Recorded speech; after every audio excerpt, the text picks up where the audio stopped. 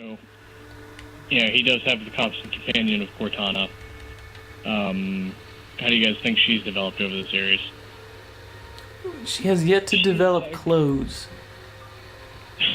True, she's yet to develop clothes. She is arguably the most developed character out of all of the games and all of the books. Which is kind of odd to say, sign the fact that she's AI. But as a character, you get invested in her pretty early on, and throughout 1 and 2, and then you lose her in 3, and now she's going rampant. So she has this whole kind of life cycle before you where she develops, blossoms, and dies. And that arc and that closure is very poignant. So I think, yeah, she's a great character. She's wrestling with her mortality all through Halo 4. It's usually pretty interesting.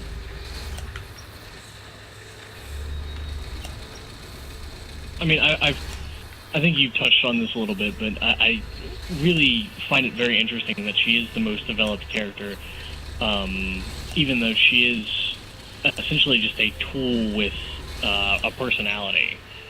Yeah, but she doesn't go, hey, listen, hey! True. Although, I'm not sure how much you want to say that, what with her monologues in Halo 3. True. But I find it very interesting that she is kind of the most human character, even though she is this tool. And I think it's an interesting commentary on it's an interesting commentary on the fact that we can become so attached to our tools, despite the fact that they are not real. Is she not an individual? Is she not real? That's a question for Halo 5.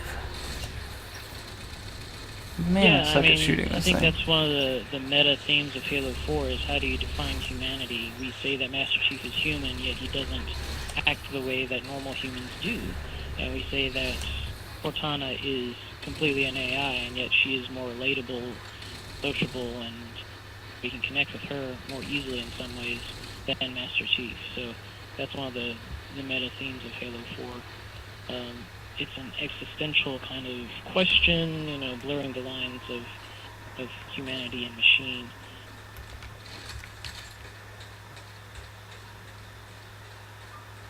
True. And you know who's blurring those lines? The Didact. Quite literally. Now, before we get real involved in the Didacts, the first thing I want to say is, that's a good word. Didact. That's a good word. It is a good word, you're right. It sounds strong.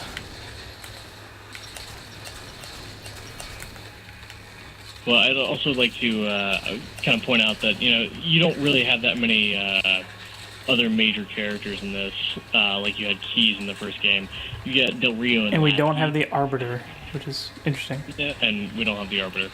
The Arbiter was cool. Del Rio was not. Del Rio sucks. He's mad for no reason. He gives lip to Master Chief. He's not excited that Master Chief is back. And he gets mad at Master Chief even though Master Chief is like asking legitimate questions and doing his job. And Del Rio's just like...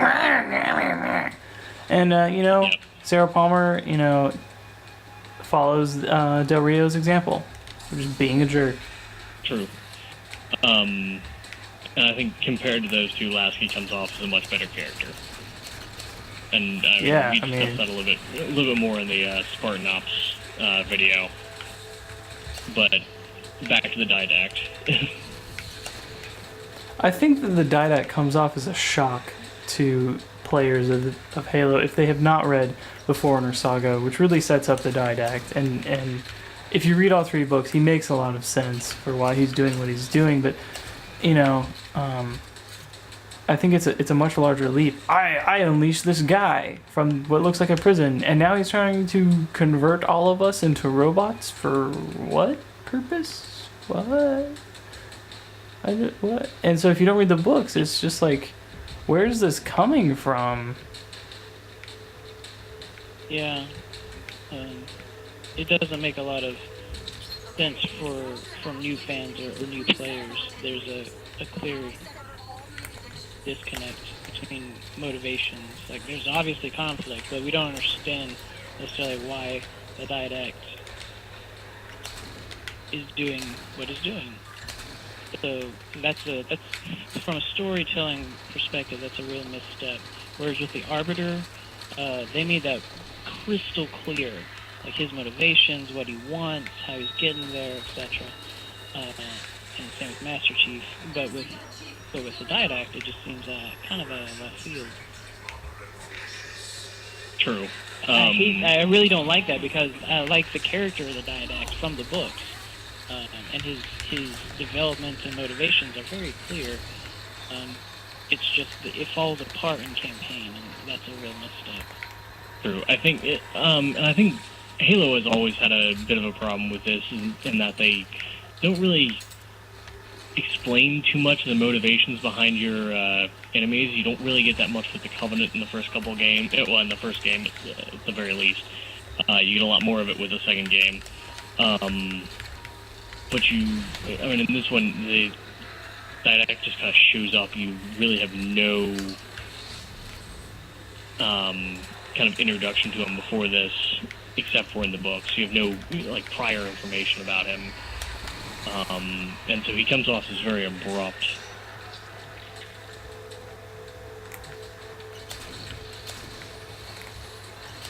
Which is a shame. But I think that he's a really interesting character. But, we'll see, because he probably is going to come back. Again, spoiler, at the end of the game, it seems as though Didact is composed. So if he's composed, then that means he'll just come back. Some form or another. It is indeed Maybe then they'll develop it more. It's possible. I mean, that would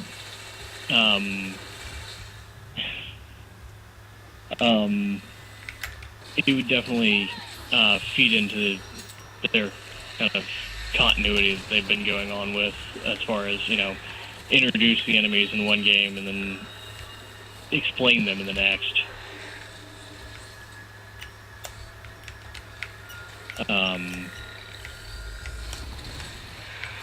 But any comments towards the librarian or the composer?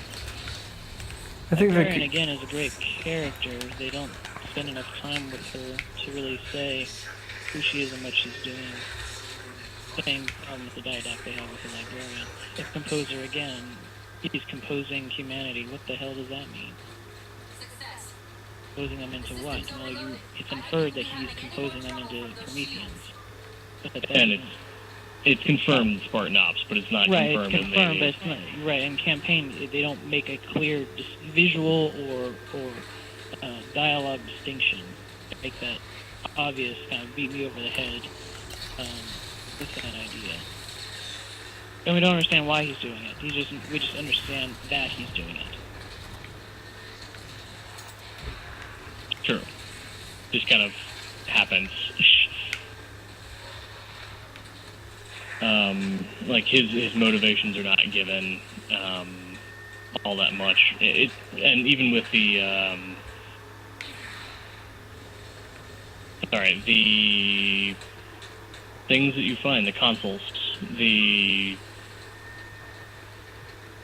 I don't even remember the name. It's the things you find that give you videos. There are links to the domain, which is funny, because if you've read the latest book. If you've read the latest book, spoiler, the Halos destroy the domain. But I guess in theory the domain could, come back, resurge itself, given enough time, maybe 50,000 years. Yeah, give or take a Reaper invasion or two. Hey, Mass Effect reference, go!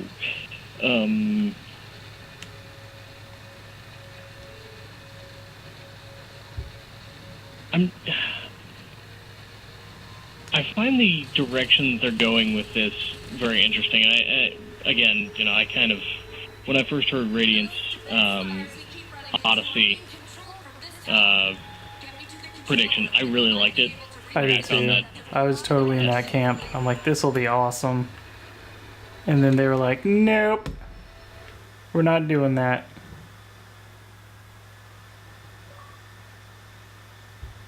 We are experiencing technical difficulties as we try to reestablish connection with Nogri. And with Radiant. Hold on one second. Okay. We have Nogri like back, technical and we're difficulties. waiting for Radiant. I'm here. Radiant? All right, we're all back together. Thanks for that, Xbox you. Live. You are perpetually a force for convenience and connectivity. When you work. But yeah, going back to the Didact, and where they're going with that, I'll be very interested in seeing where they're going to take the story as far as what they're going to do with Halo 5 and 6. I would have liked to have seen the Odyssey situation, but now that it's obviously not going to happen. I'm kind of concerned as to what they're going to do, whether they're going to try and bring the Flood back, or if they're going to kind of keep going with this Promethean Didact threat. I would be fine with perpetuating the Promethean and the Didacts. I hope that Prometheans get developed a little bit more, that they have a couple more iterations and become more interesting and less overpowered. And we have a whole video talking about the Prometheans and their weapons and whatnot. But I would like to see them developed. I wouldn't mind with the Flood coming back. I would not mind that if they weren't so annoying. Like if they were like they were in Halo 1, which really wasn't that bad to me, I would be fine with the Flood coming back. And I really did not feel like I got closure in Halo 3 with the Flood. I'm like, really? This is how we beat them? By them being just dumb? Gravemind coming to the Ark and sacrificing himself? Like, that's... No. No, try again. Yeah, I mean, you would think with a race that's been around longer than the Forerunners, they'd have some better tactical sense. I mean, he has listened through rock and metal and time. And yet, like, that's his big scheme. Also with apparently such great poets.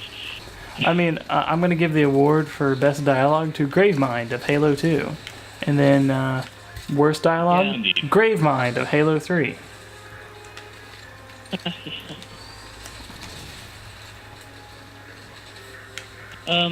Which kind of leads me to the dialogue in 3, or 4, excuse me.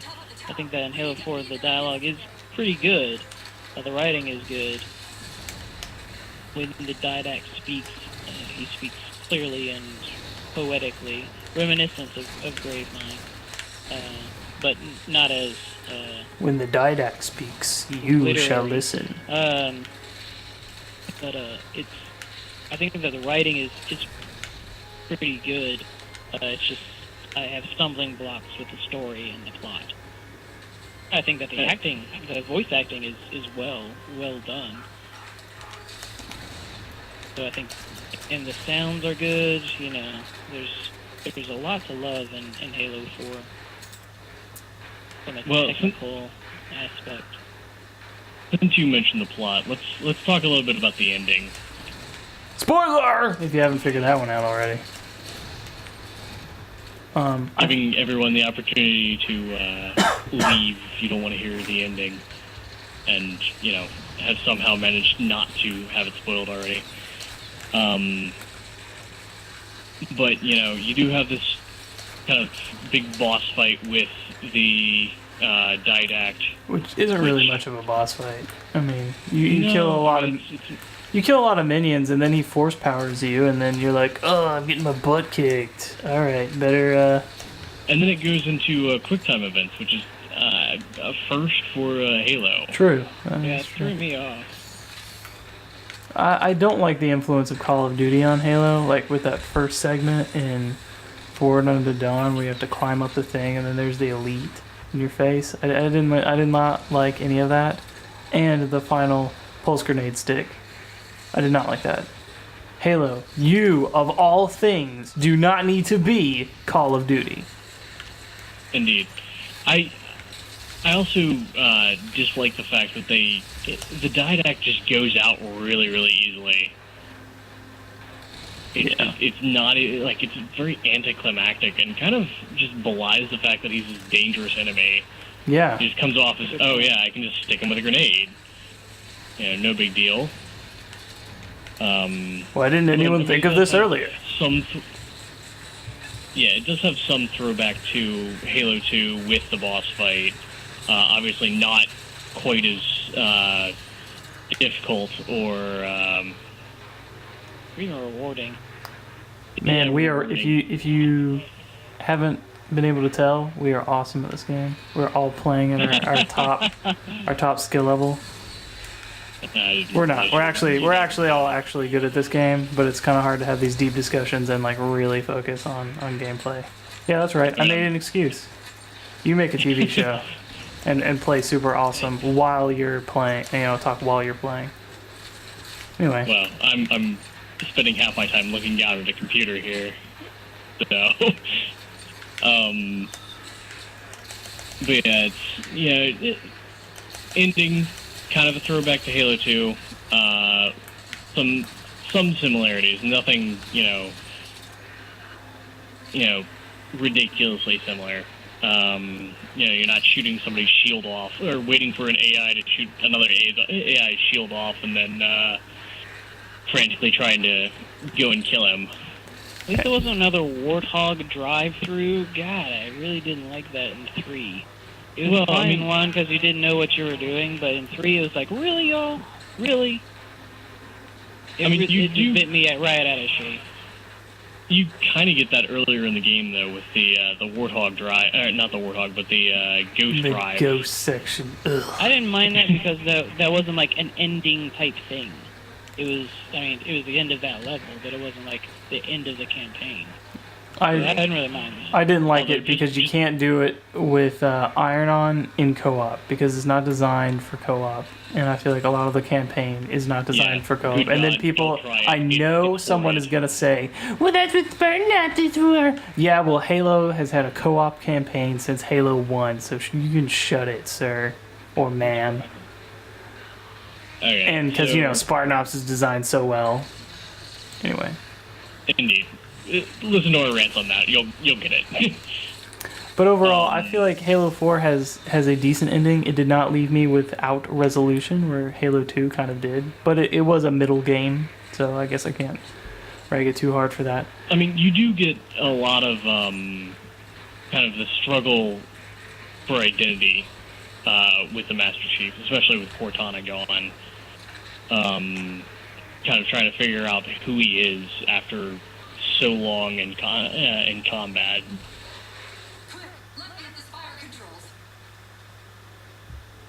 Yeah. I mean, it'll be interesting to see how they develop it in 5 and 6. Or even if they touch on it, if there is another season of Spartan Ops, which I don't know if there will be, but... Probably. I think it'll be interesting to see what direction they go into and how they introduce Cortana or some type of companion with the Master Chief. Sure. I think Cortana will come back. I think the Didact will come back in some form or another. And I'm interested to see how. I think overall 343 has done a good job with the Haloverse. I'm not obviously I and we are not completely satisfied, but I like Halo 4, and I like it a lot more than Halo 3. Halo 3 really left a bad taste in my mouth, and I like Halo 4. Fair enough. Any other predictions? I personally think we're going to see the return of the Arbiter or some resolution with the Arbiter. I hope so. Assuming they don't resolve it with the last Karen Travis novel. But, we'll probably see some sort of resolution there. And with the Storm Covenant. Yeah, I don't like that. Please stop. Radiant? Yeah, I think I look forward to understanding the conflict between the Storm Covenants and the Sangeli race and how all that plays out. Like I said previously, I really don't like the Travis novels at all. So I hope that both 5 and 6 can kind of whet my appetite and as far as like fleshing that out and bringing it to some resolution. The same with Halsey and the UNSC, that whole conflict. I want them to just wrap that up. I don't like the direction they're going into. It really confuses me, irks me. And wrap that up, and then as far as Master Chief is concerned, I look forward to his continued development. Hopefully he kind of can move beyond this identity crisis of like, am I a machine, am I a man? It's like, well, you're a Spartan, you're both. Get over it. I'm curious to see what direction they go in with that. Indeed. Well, it looks like we're gonna have to jump.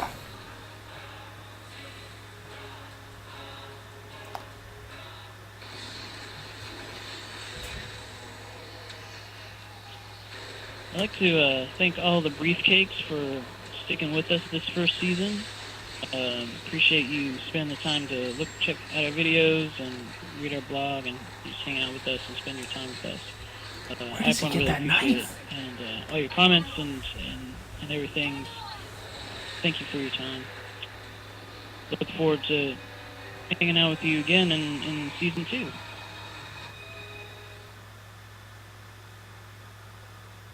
Maybe I'll play better. I don't know.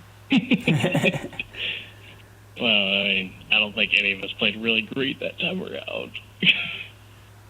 No Greed, do you have a message for the fans? I mean, pretty much the same as Radiant. Appreciate everybody who's watching. Like to see you all back for next season, whatever we end up doing, whether it's more Halo 4 or if we start getting into other games.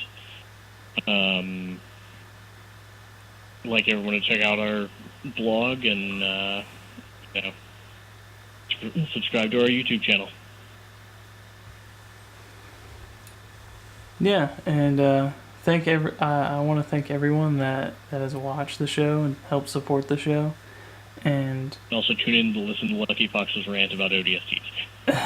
yeah, there's going to be a couple more little debriefing webisodes about specific topics, one of which will be ODSTs, another one which we mentioned earlier is the curse of the pelican.